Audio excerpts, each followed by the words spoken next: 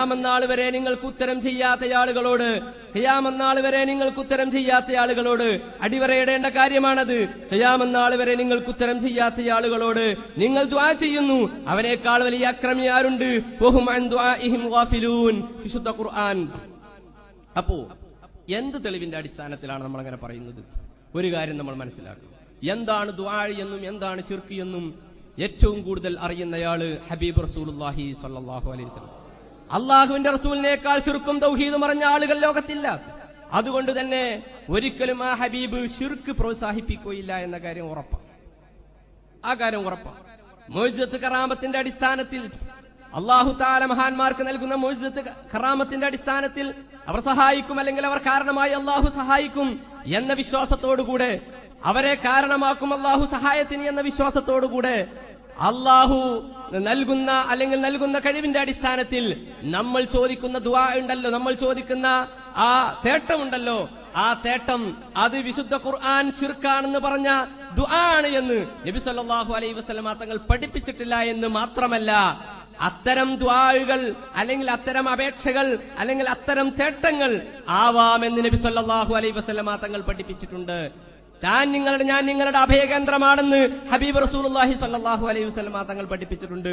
എന്നു മാത്രമല്ല, നബി സല്ലല്ലാഹു അലൈഹി വസല്ലം തങ്ങൾ എന്റെ വഫാത്തിന് ശേഷം വിളിക്കപ്പെട്ടാൽ ഞാൻ ഉത്തരം ചെയ്യുമെന്ന അർത്ഥത്തിൽ എന്ന് മനസ്സിലാക്കാൻ പറ്റും വിധം അഭയകേന്ദ്രമാണ് എന്ന് നബി സല്ലല്ലാഹു അലൈഹി വസല്ലം തങ്ങൾ പഠിപ്പിച്ചിട്ടുണ്ട്. നോക്കൂ നിങ്ങൾ, വിശുദ്ധ ഖുർആൻ ശിർക്കായ ദുആ ഏതാണ്? മല്ലാ യസ്തജീബു ലഹു ഇലാ യൗമിൽ ഖിയാമ. ഖിയാമത്ത് വരെ ഉത്തരം ചെയ്യാത്ത ദുആനെ കുറിച്ചാണ് ഖുർആൻ ശിർക്കാണെന്ന് പറഞ്ഞത്. എന്നാൽ എന്റെ വഫാത്തിന് ശേഷം വിളിക്കപ്പെട്ടാൽ പോലും ഉത്തരം ചെയ്യും എന്ന അർത്ഥത്തിൽ ഹബീബ് റസൂലുള്ളാഹി സ്വല്ലല്ലാഹു അലൈഹി വസല്ലം തങ്ങൾ പഠിപ്പിച്ചിട്ടുണ്ടെങ്കിൽ സുഹൃത്തെ, ഈ ദുആ അത് അല്ലാഹു തആല വിശുദ്ധ ഖുർആനിൽ ശിർക്കാണെന്ന് പറഞ്ഞ ദുആ അല്ല. സുന്നികൾ ചെയ്യുന്ന തേട്ടം എന്നതിന് ദുആ എന്ന് പറയാം. ഈ അർത്ഥത്തിൽ സുന്നികൾ ചെയ്യുന്ന ഈ സഹായാർത്ഥനയുണ്ടല്ലോ, അത് ശിർക്കാണെന്ന് പറഞ്ഞ ദുആ അല്ല. നബി സല്ലല്ലാഹു അലൈഹി വസല്ലം തങ്ങൾ പഠിപ്പിച്ച ഹദീസിന്റെ അടിസ്ഥാനത്തിൽ ഞാൻ അഭയകേന്ദ്രമാണെന്ന് അവിടുന്ന് പഠിപ്പിച്ചിട്ടില്ലേ? ഈ അടിസ്ഥാനത്തിൽ നമുക്ക് മനസ്സിലാക്കാൻ പറ്റുന്ന ഒരു യാഥാർത്ഥ്യം എന്താണെന്ന് നിങ്ങൾ മനസ്സിലാക്കണം. ദുആ എന്ന് പറഞ്ഞാൽ വിശുദ്ധ ഖുർആൻ ശിർക്കാണെന്ന് പറഞ്ഞ ദുആ അതിൽ സുന്നികൾ ചെയ്യുന്ന പ്രവർത്തനം പെടുകയില്ല എന്ന് സൂര്യപ്രകാശം പോലെ ഇതിൽ നിന്ന് വെളിവാകുന്നതാണ്. രണ്ടാമതായി നിങ്ങളോട് എനിക്ക് പറയാനുള്ളത്, സഹോദരന്മാരെ, ഈ ദുആ എന്താ? മുജാഹിദുകൾക്ക് ഒരു നിർവചനമുണ്ടാണല്ലോ. ഏത് നിർവചനമാണ് തെറ്റി എന്ന് നമ്മൾ പറയുന്നത്? ഇപ്പോൾ ഏറ്റവും ലേറ്റസ്റ്റ് ആയ നിർവചനം ഞാൻ വായിക്കാം. സൃഷ്ടികൾക്ക് നൽകപ്പെട്ട കഴിവിനതീതമായ കാര്യങ്ങളിൽ സഹായം തേടലാണ് പ്രാർത്ഥന. ഇതാണ് പുതിയ നിർവചനം. ഈ ഇടയ്ക്ക് ജിന്നുകൾ മുജാഹിദ് പ്രസ്ഥാനത്തിലേക്ക് ചേക്കേറുകയുണ്ടായി. ജിന്നുകൾ ഹാളിറായി എന്ന് പറഞ്ഞാൽ ഹാളിറാവിൽ തന്നെയായിരുന്നു അവിടെ നടന്നത്. അങ്ങനെ ചേക്കേറിയതിന്റെ അടിസ്ഥാനത്തിൽ അവരുടെ ഡെഫിനിഷനുകളിൽ ചില വ്യത്യാസങ്ങൾ വരികയുണ്ടായി. അതുവരെ മനുഷ്യ കഴിവിനതീതമായ കാര്യങ്ങളിൽ സഹായം ചോദിക്കലാണ് പ്രാർത്ഥന എന്ന് പേർത്തും എഴുതിയിരുന്ന ആളുകൾ പിന്നീട് സൃഷ്ടികളുടെ കഴിവിനതീതമായ കാര്യങ്ങൾ സഹായം ചോദിക്കലാണെന്ന് എഴുതി. അങ്ങനെ ഒരു വ്യത്യാസം, ആ വ്യത്യാസത്തിലേക്ക് വരുമ്പോൾ അവർക്കുണ്ടായിരുന്ന ആ വാചകങ്ങളിലെ പ്രശ്നങ്ങൾ പോലും നമുക്ക് കൃത്യമായി മനസ്സിലാക്കാൻ സാധിക്കുന്നുണ്ട്. നമുക്ക് അവരുടെ നാവിലുള്ള റുക്ദത്ത് പോലും മനസ്സിലാക്കാൻ സാധിക്കുന്നുണ്ട്. സൃഷ്ടികളിൽ, മനുഷ്യരിൽ നിന്ന് സൃഷ്ടികളിലേക്കുള്ള ആ പ്രാർത്ഥനയുടെ നിർവചനത്തിലുള്ള വ്യത്യാസം. ഒരു കാര്യം ഞാൻ പറഞ്ഞു തരാം.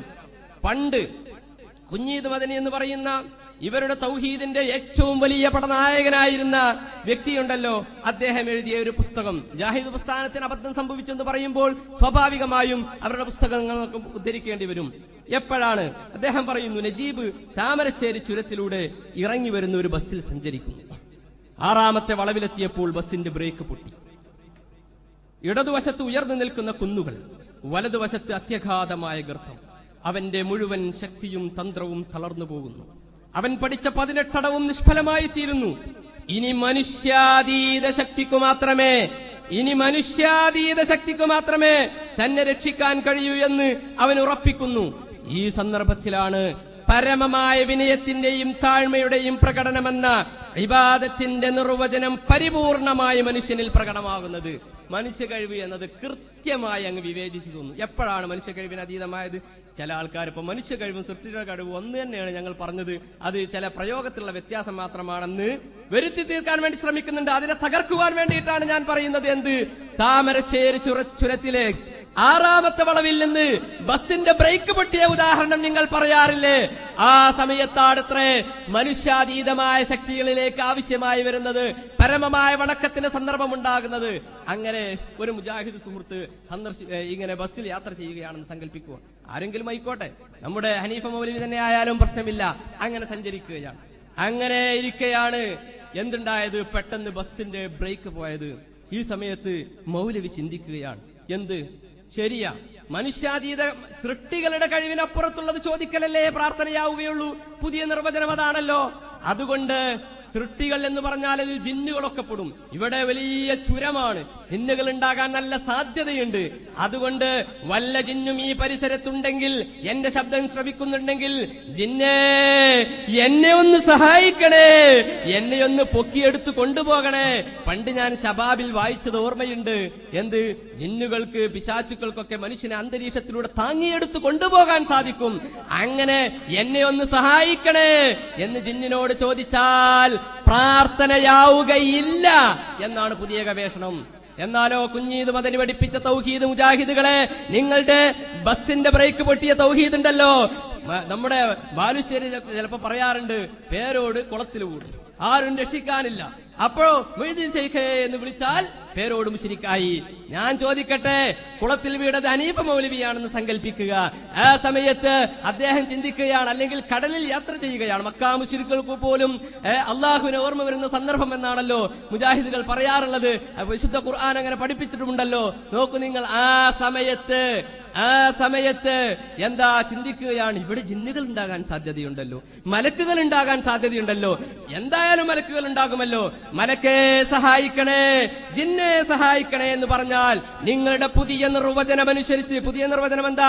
സൃഷ്ടികളുടെ കഴിവിനതീതമായ കാര്യങ്ങൾ ചോദിക്കലാണ്. സൃഷ്ടികളുടെ കഴിവിൽപ്പെട്ടത് തന്നെയാണിത്. കാരണം ജിന്നിനൊക്കെ ഒന്ന് കൊണ്ടുപോയി എന്നെ രക്ഷപ്പെടുത്തുക എന്നുള്ളത് പ്രയാസമുള്ള കാര്യമല്ല.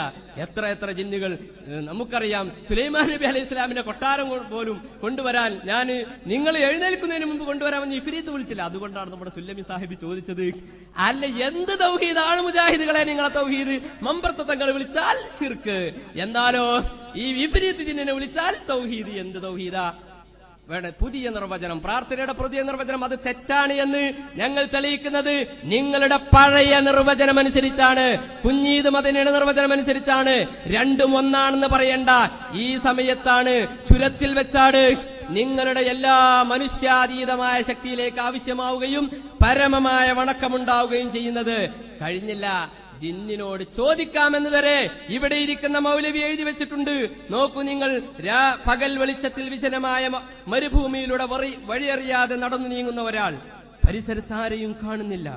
ഇവിടെ എന്റെ ശബ്ദം കേൾക്കുന്ന ആരെങ്കിലും എന്നെ സഹായിക്കട്ടെ എന്ന് നനച്ച് പടപ്പുകളെ എന്നെ സഹായിക്കണേ, പടപ്പുകളെ എന്നെ സഹായിക്കണേ, എനിക്കൊന്ന് വഴി കാണിച്ചു തരണേ എന്ന് ഉച്ചത്തിൽ വിളിച്ചു പറയുന്നുവെങ്കിൽ അഭൗതികമായ മാർഗത്തിലുള്ള സഹായ തേട്ടം അതിലില്ല എന്ന് പറഞ്ഞാൽ അത് ശിർക്കല്ല. എന്റെ മുജാഹിദ് സുഹൃത്തുക്കളെ, ഇത്രയും കാലം ബ്രേക്ക് പൊട്ടിയ ഒരു തൗഹീദുമായിട്ടല്ലേ നമ്മൾ സഞ്ചരിച്ചിരുന്നത്? ആ സമയത്ത് നമ്മളൊന്ന് ചിന്തിച്ചു നോക്കണം. ഞാൻ വഴിയറിയാതെ കുടുങ്ങി, അപ്പോ അള്ളാഹുവിനെ മാത്രമേ വിളിക്കണമെന്നല്ലേ ഇത്ര കാലം നമ്മൾ പഠിച്ചത്?